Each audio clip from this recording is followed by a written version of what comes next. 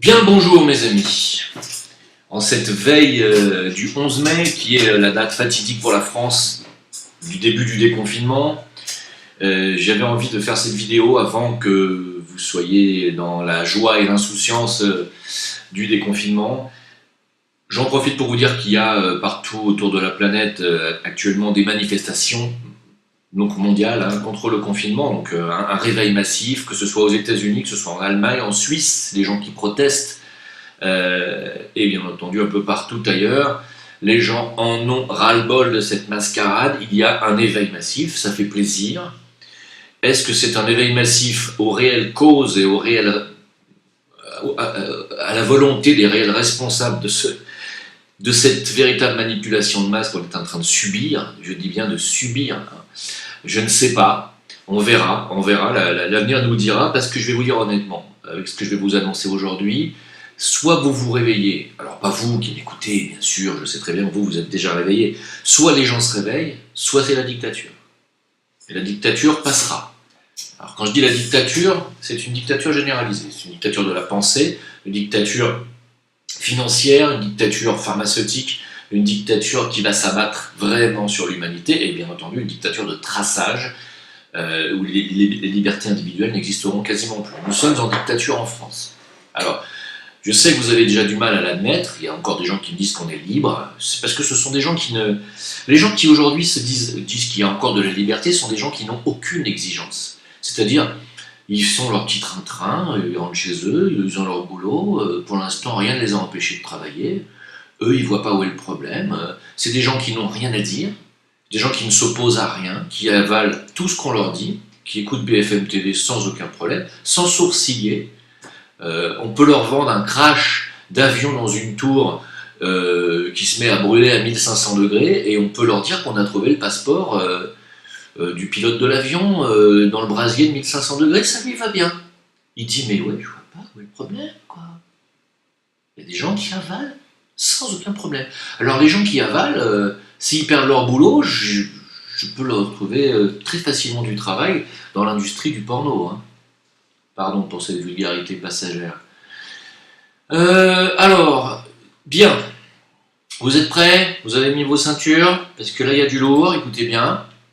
Bon, d'abord, en ce qui concerne la dictature qui arrive, il y a la loi Avia qui va bientôt être votée. Elle sera votée, j'en suis convaincu, parce que même si les députés LREM sont en train de se barrer, parce qu'ils savent que ça risque d'être très chaud pour eux bientôt, ils sont quand même toujours là, ces tarés. Ce sont des tarés, voilà, qui obéissent à une véritable dictature. Alors, écoutez bien, parce que la loi Avia, c'est une loi, nous dit-on, qui va vous permettre de lutter contre la haine en ligne. Oh, il y a de la haine en ligne. Oui, il y a de la haine. Il y a de la haine du gouvernement, il y a de la haine du système, il y a de la haine de cette clique de satanistes qui dirige le monde et qu'on n'arrive pas à faire dégager. Alors oui, il y a de la haine en ligne, et c'est pas de la haine complotiste, c'est de la haine d'éveil. Il y en a plein le cul des réseaux pédos sataniques qui dirigent le monde grâce à la finance. Plein le cul. Voilà. Donc, on le dit, et vous allez voir toutes les mesures qu'ils vont prendre pour nous clouer le bec. Alors, l'article 1er d'une proposition de loi LREM impose aux réseaux sociaux, plateformes, etc., donc YouTube, Google, vous avez compris, de supprimer les contenus haineux dans un délai de 24 heures. Alors pour eux, le contenu haineux, c'est un contenu qui leur convient pas, c'est pas un contenu spécialement haineux, vous avez bien compris. Par exemple, ma vidéo YouTube que j'ai faite sur la nomination, plutôt la victoire de Polanski qui a eu son César, j'ai fait une vidéo là-dessus qui n'était pas haineuse. Bon, on m'a fermé mon compte Facebook et on a bien entendu supprimé cette vidéo, parce que ça n'arrange pas le système. Voilà. Alors, deuxième chose, couplé à la peur d'une amende, ce mécanisme pourrait inciter les plateformes à supprimer plus de contenu avec moins d'attention et recourir davantage à des algorithmes. Ça veut dire qu'on ne pourra même pas demander un appel, faire appel ou quoi que ce soit. Les algorithmes décideront. Tu auras mis le mot Polanski, tu auras mis le mot Attali, tu auras mis le mot Rothschild et tu auras mis le mot Satan. Bill Gates, vaccination, arnaque. C'est fini, ça y est, l'algorithme te fout dehors. Et tu recevras en plus peut-être une amende, ou même on ira même peut-être te chercher chez toi, va savoir. Troisième point, Avec un manque de transparence des réseaux sociaux concernant les modalités de modération, certains spécialistes craignent une entrave à la liberté d'expression. Non, penses-tu? Déjà, on m'a supprimé la vidéo sur le colonel russe qui a dit devant 100 millions de téléspectateurs en Russie que tout ce qu'on était en train de vivre actuellement était un complot de l'élite sioniste. Rien que ça, ma vidéo a été strikée par YouTube, j'ai même pas pu faire une demande d'enquête ou une demande ou un appel pour qu'ils disent qu'ils écoutent et qu'ils voient que j'y suis pour rien. Je ne fais que faire parler un colonel russe. Je fais pas parler un poseur de bombes. Hein? Eh bien non. Si ça c'est pas déjà de la censure, qu'est-ce que c'est? Voilà, donc ça arrive. Déjà c'est la première des choses.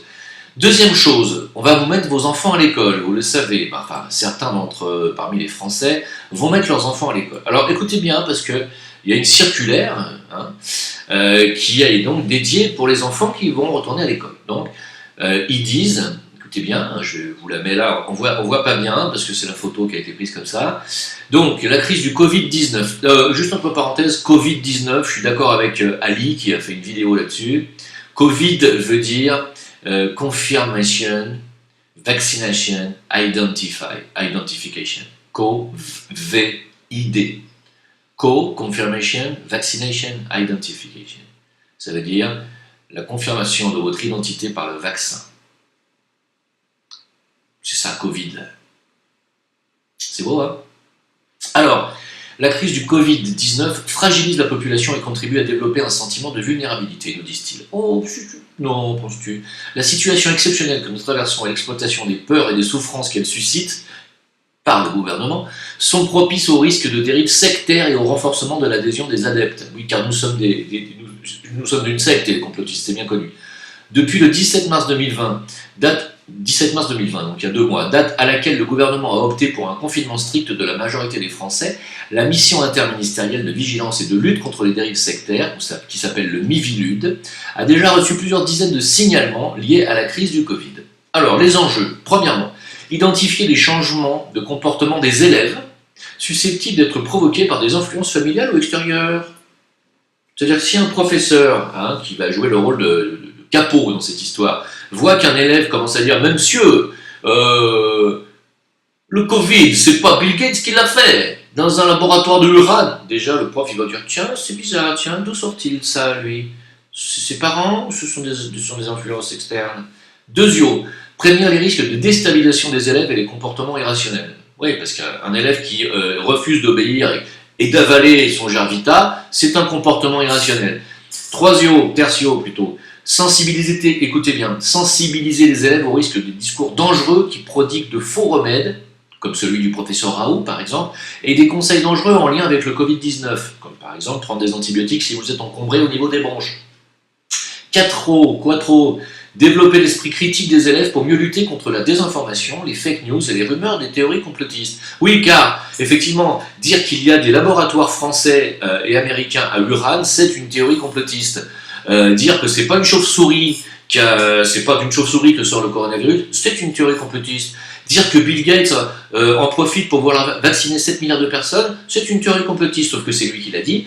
Et dire qu'il veut réduire la population de 15% est aussi une théorie complotiste, alors que c'est aussi lui qui l'a dit. Et je pourrais faire une liste comme ça de choses qu'on nous met sur le poil, à nous, qu'on nous traite de complotistes, qu'on nous reproche de dire, mais qui sont des choses qu'on ne fait que répéter. Hein? Voilà. Alors, conduite à tenir. Écoutez bien les conduites à tenir, les élèves, là. Vous allez être en cours dans 2 jours. Identifier l'exploitation de la pandémie par les groupes sectaires. C'est nous, les groupes sectaires. Sachez qu'il n'y a pas 2 alerteurs qui sont foutus de s'entendre, mais on nous traite de secte. Alors, durant la période de la crise sanitaire, les enfants sont exposés à des discours anxiogènes. Ah bah, Jim LeVeilleur est très anxiogène, alors. Particulièrement lorsque leurs parents adhèrent à un groupe sectaire. Oh, bah ça alors. S'il y a des parents d'élèves qui écoutent Jim LeVeilleur, vous êtes sectaire. En effet, la pandémie mondiale est présentée par certains prédicateurs, gourous ou idéologues, c'est moi, comme le révélateur de la volonté et de la puissance divine. Un avertissement de la nature, des forces obscures ou d'esprits divins. Ah bah non, il n'y a pas du tout de forces obscures dans cette histoire. Pas du tout. D'ailleurs, on se demande, Epstein était-il quelqu'un qui travaillait pour des forces obscures? Quand on pense que, il y avait plusieurs centaines de gamines et de gamins qui servaient juste, de prostituées dans des avions ou dans sa petite maison privée, c'est pas des forces obscures, ça? Non, juste, je dis ça comme ça. Quand on sait que Bill Clinton il est allé 26 fois, que la mère Clinton pareil, quand on sait que bah tiens Bill Gates était un copain d'Epstein, c'est pas des forces obscures. Non, non, non, les réseaux pédocriminels qui sont liés à Epstein, c'est pas des forces obscures. Non, bien sûr, non, non. Alors ensuite, troisième, un chantier. Alors il y a aussi ceux qui disent que c'est un châtiment envoyé par Dieu et le signe de l'imminence de l'Apocalypse. Alors ça aussi, attention les enfants, si vous entendez ça, ne lisez pas la Bible, hein, ne lisez pas l'Apocalypse, hein. Parce qu'il n'est pas écrit, il est écrit dans l'Apocalypse que à la fin des temps, il va y avoir une grande pandémie et le système, donc les esprits obscurs, vont en profiter pour vous mettre une marque sous la peau, sous le poignet, et que vous ne pourrez plus acheter ni vendre sans cette marque. C'est écrit il y a 2000 ans. Attention, parce que c'est pas du tout ce qui va vous arriver bientôt. Donc faites très attention, il ne faut vraiment pas écouter ça. Hein. Alors aussi, identifier les situations d'élèves en situation de risque de dérive sectaire. Attention les élèves, vous êtes en dérive sectaire, là, reprenez du végétal, surtout n'oubliez pas votre dessert à la cantine. Hein. Alors voilà, donc c'est marqué surtout contournement du confinement. Alors c'est marqué, il faut identifier les élèves qui éventuellement refuseraient les traitements, hein, les examens médicaux ou alors des tests sanguins. Hein. Oui, parce qu'attention, on nous met en garde. Ne surtout pas accepter de vous faire tester, car qui dit test dit que si vous êtes testé positif alors que vous n'avez aucun signe, on va vous mettre en isolement. Hein, et on va vous faire le vaccin, que vous le vouliez ou non. Je vais y venir, vous allez voir que c'est du lourd. Écoutez bien la suite de la vidéo parce qu'il y a vraiment de quoi se réveiller. C'est maintenant ou jamais. Hein. Attention, si vous ne vous réveillez pas, je dis pas vous encore une fois, mais je parle des gens qui sont encore dans le ouais, non, j'y crois pas, non, il n'y a pas de ça. Si c'est pas maintenant que vous vous réveillez, ça sera trop tard. C'est-à-dire que là, si vous ne rejoignez pas immédiatement les gens qui aujourd'hui ont envie de changer tout ça, c'est mort. Hein. Bon, alors attention. D'abord, primo, je voulais vous dire, je vous conseille de télécharger maintenant les vidéos des alerteurs que vous aimez bien. Pourquoi ? Parce que ça risque de faire bientôt le ménage. Les comptes de certains alerteurs seront fermés, les vidéos seront supprimées, et vous n'aurez plus accès comme ça à l'information qu'on vous donne depuis déjà pas mal d'années et qui ont quand même permis à beaucoup de gens de se réveiller, quand même. Hein. Je veux pas remettre ça, c'est pas pour me la péter, comme on dit, mais les alerteurs dans leur ensemble ont quand même élevé, je suis désolé de le dire, c'est pas prétentieux de le dire, mais on a élevé le niveau de conscience. Hein. Tous les alerteurs, hein, je parle pas de moi, tous les alerteurs, on a élevé le niveau de conscience. De Dieudonné à Soral, en passant par Stéphane Blais, en passant par Philippe Gendroc, en passant par tout le monde, je cite tout le monde, je ne vais pas tous les citer, on a élevé le niveau de conscience. Les gens se sont réveillés. Donc si vous voulez continuer à ce qu'on fasse ce travail de vigie et d'éveilleur, il faut télécharger nos vidéos, garder ça précieusement, parce qu'un jour ça sera comme un vieux bouquin, vous savez, qu'on pourra ressortir dans quelques siècles et on pourra dire tiens, il y avait un mec, il y avait un alerteur, c'était un penseur, c'était un mec qui nous alertait, il avait dit ça, il l'avait dit, parce que Dieu sait ce qui va se passer dans les siècles qui vont venir. Voilà. Il ne faut pas oublier, il faut garder la mémoire de ce qui se passe, c'est très important, donc je vous conseille de télécharger et garder. Hein. La censure qui arrive est une dictature et je ne sais pas combien de temps elle va durer. Bien, alors, Netanyahou, oui, le fameux Netanyahou, il est encore là, lui. On ne sait pas jusqu'à quand, c'est un cauchemar en fait, c'est un mec, on n'arrive jamais à s'en débarrasser. Hein. Alors, Benji, qu'est-ce qu'il nous propose Benji ? Tout simplement, il propose des puces électroniques pour les enfants. En Israël, bien sûr, mais pas seulement, vous allez voir. Là, il a dit lors d'une conférence de presse lundi dernier, hein, il a suggéré au ministre de la Santé d'utiliser les nouvelles technologies pour aider Israël à s'adapter à sa nouvelle routine alors que l'État lève le confinement, il a dit. C'est-à-dire une technologie qui n'a pas été utilisée auparavant et qui est autorisée par la législation que nous avons promulguée. Voilà, j'ai parlé avec nos chefs de technologie, hein, et il a dit, pour Israël, comme pour les capteurs, tout ça, c'est super bon. Alors par exemple, chaque personne, chaque enfant, je veux que ce soit sur les enfants d'abord, il a dit, hein, c'est pour ça qu'on met les enfants à l'école en premier, d'ailleurs je pense, aurait un capteur qui déclencherait une alarme lorsque vous vous approchez trop, comme ceux des voitures, a-t-il dit. Il sera difficile de le faire pour plus d'1 million d'écoliers qui retournent dans leurs établissements d'enseignement afin de s'assurer qu'un élève s'assoit à 2 mètres d'un autre. Il a dit. Alors bon, bref, je vous laisse vous démerder avec cette information que vous pouvez retrouver sur mon VK, à Jim le Veilleur. Je trouve ça génial, hein, c'est pas génial, franchement. Alors vous allez voir qu'il n'y a pas que lui qui y a pensé. Hein. Vous allez voir. Vous allez voir. À Singapour, le traçage par application,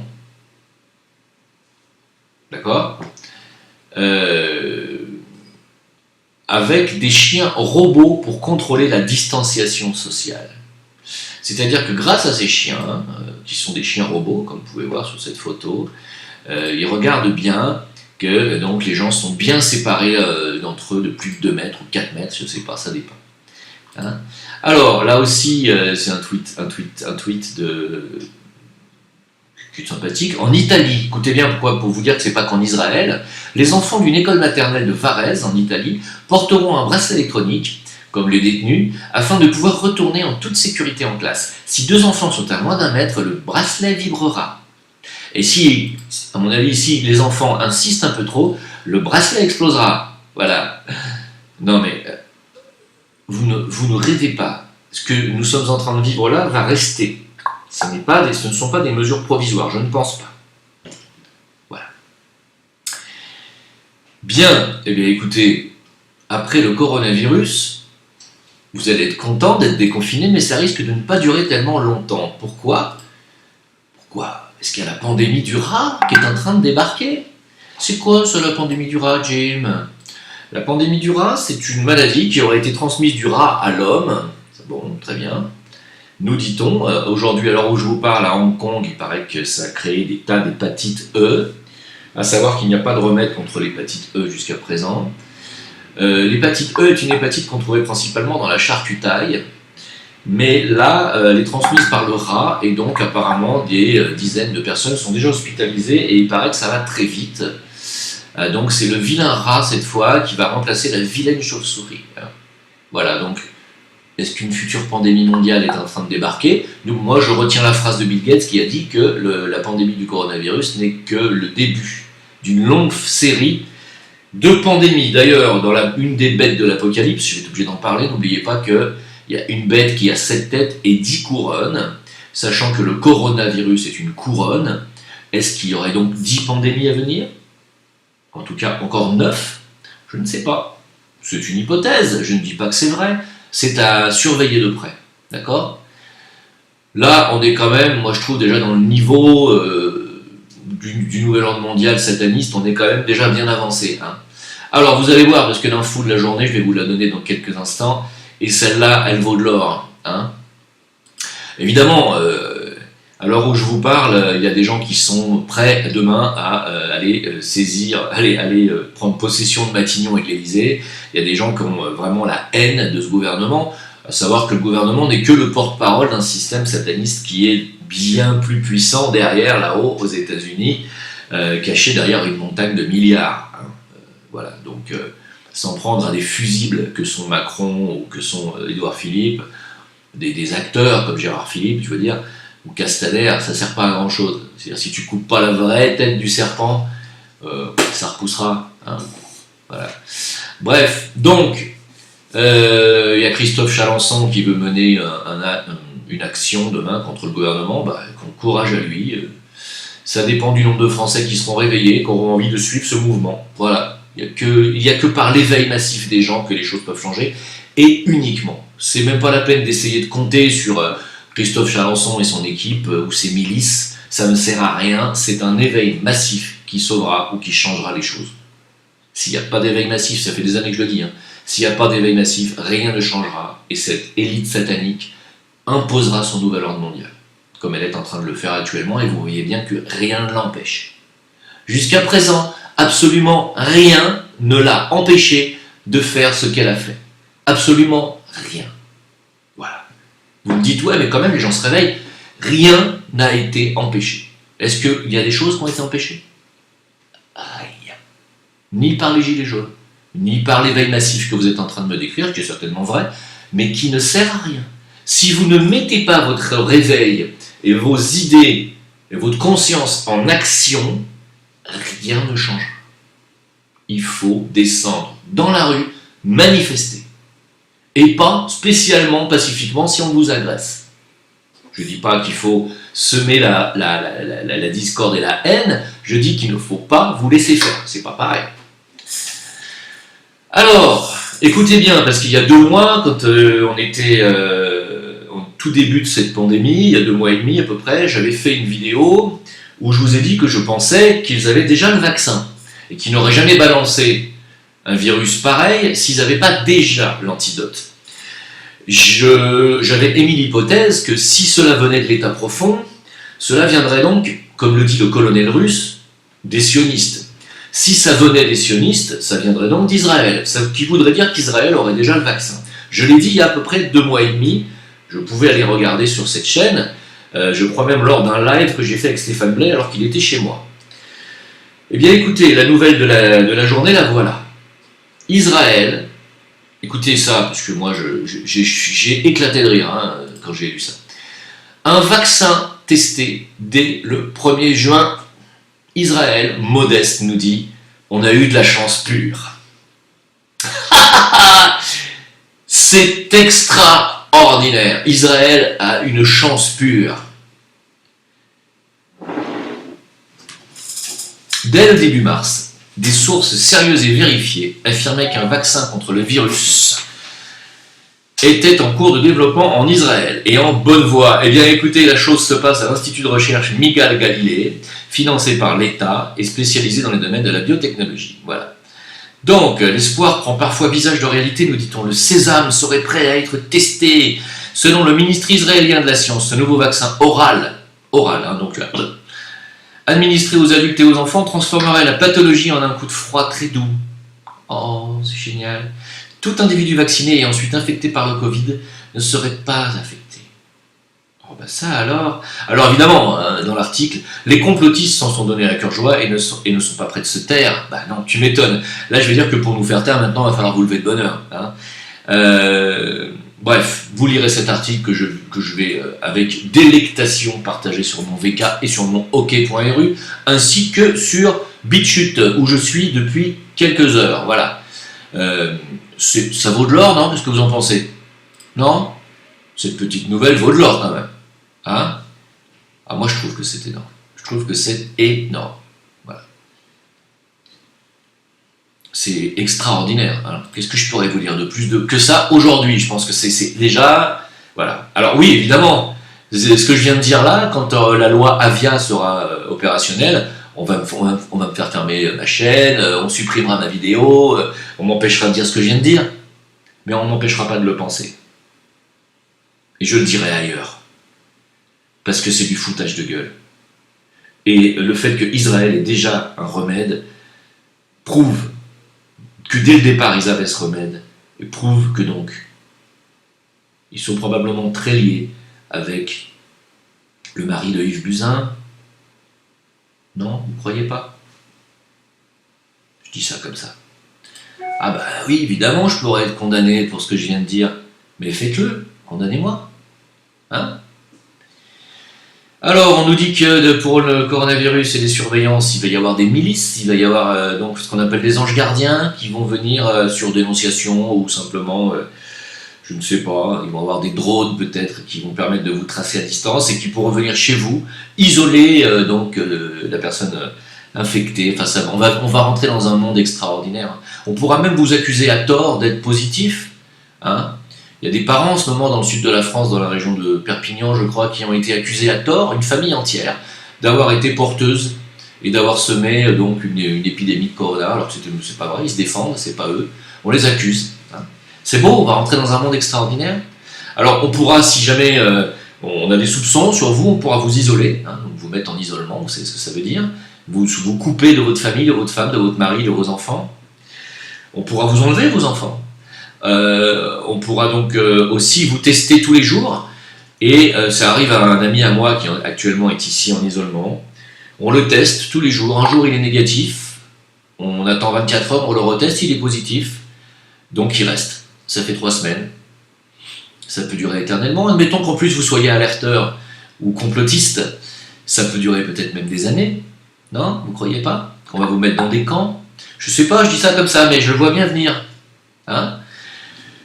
On nous dit qu'à Roissy, ni protection, ni contrôle sanitaire pour les arrivants. Écoutez ça. Ni thermomètre, ni formulaire de contact à remplir. Des passeports manipulés sans gants. Un aéroport vide. vide, vide. Pour ces voyageurs qui arrivaient ou quittaient Paris, le passage à Roissy en pleine pandémie a été déconcertant, parfois angoissant. Ça me rend fou, ils prennent les passeports, les manipulent, les referment et nous les rendent. Et au suivant, tout ça sans gants, sans masque. Hein, voilà, donc les gens sont verts de débarquer en France dans un pays de tarés, dirigé par des cinglés criminels qui n'en ont rien à foutre de la propagation du virus. Sachez que, puisque Stéphane Blay, qui habite en Turquie, comme vous le savez, me l'a dit, toute personne qui arrive à Istanbul aujourd'hui, ou en Turquie, étrangère, passe en quatorzaine dans un hôpital ou un hôtel. C'est-à-dire, c'est une quarantaine qui dure 14 jours, vous avez compris, on vous isole et on vous teste tous les jours. Et vous ne partez pas sur le territoire turc sans avoir été mis en quatorzaine. Je ne dis pas que j'approuve, mais pour moi c'est une mesure sanitaire réelle. Voilà, écoutez, je pense que pour aujourd'hui, je ne vais pas en dire plus, je ne vais pas faire une vidéo de 18 heures, ça sert strictement à rien. À l'heure où je vous parle, Poutine accuse Bill Gates d'être derrière la propagation du Ebola, du Zika. Bien sûr, Bill Gates est dans le viseur de Poutine, comme vous le savez. Alors, à suivre, j'espère qu'il va se passer des choses, et que je pourrais vous faire des vidéos avec des bonnes nouvelles, ça changerait, hein. Voilà. Pékin pourrait faire s'effondrer le dollar par la vente de ses bons du trésor américain aussi, donc sachez qu'il va y avoir une véritable guerre économique et fiduciaire qui va se mener. Les Français ne pourront pas se rendre au Maghreb cet été aussi, annonce Emmanuel Macron. Alors pour tous les Français qui sont ressortissants marocains et qui sont bloqués en France, vous ne pourrez plus réintégrer votre travail, reprendre votre riad et travailler. Voilà, comme on est en train de tuer l'économie et vos moyens de subsistance. C'est extraordinaire. Vous savez, je vais vous dire. Voilà. Bon, écoutez, à 17h, aujourd'hui même, à 19h, heure française, 19h heure française, je vais faire un live tout à l'heure avec Karim Ben Abdelkader sur le ZIRI et nos projets émancipateurs qui vont permettre à pas mal d'entre vous, j'espère, de vous tirer de ce pays de taré qui est devenu la France, de cette matrice qui est devenue l'Europe et l'Occident, et de venir nous rejoindre dans notre projet de pouvoir avoir accès à la propriété dans une magnifique région à un coût extrêmement abordable. Voilà, et donc on va vous parler bien entendu de notre nouvelle crypto, le ZIRI, du Zincoin, et on va vous parler de tous les projets que vous allez pouvoir réaliser et de l'utilité d'investir là-dedans. Voilà, c'est très important. Donc 19h, ne manquez pas notre live tout à l'heure. Je vous remercie de m'avoir écouté et à plus tard. Donc, merci à vous.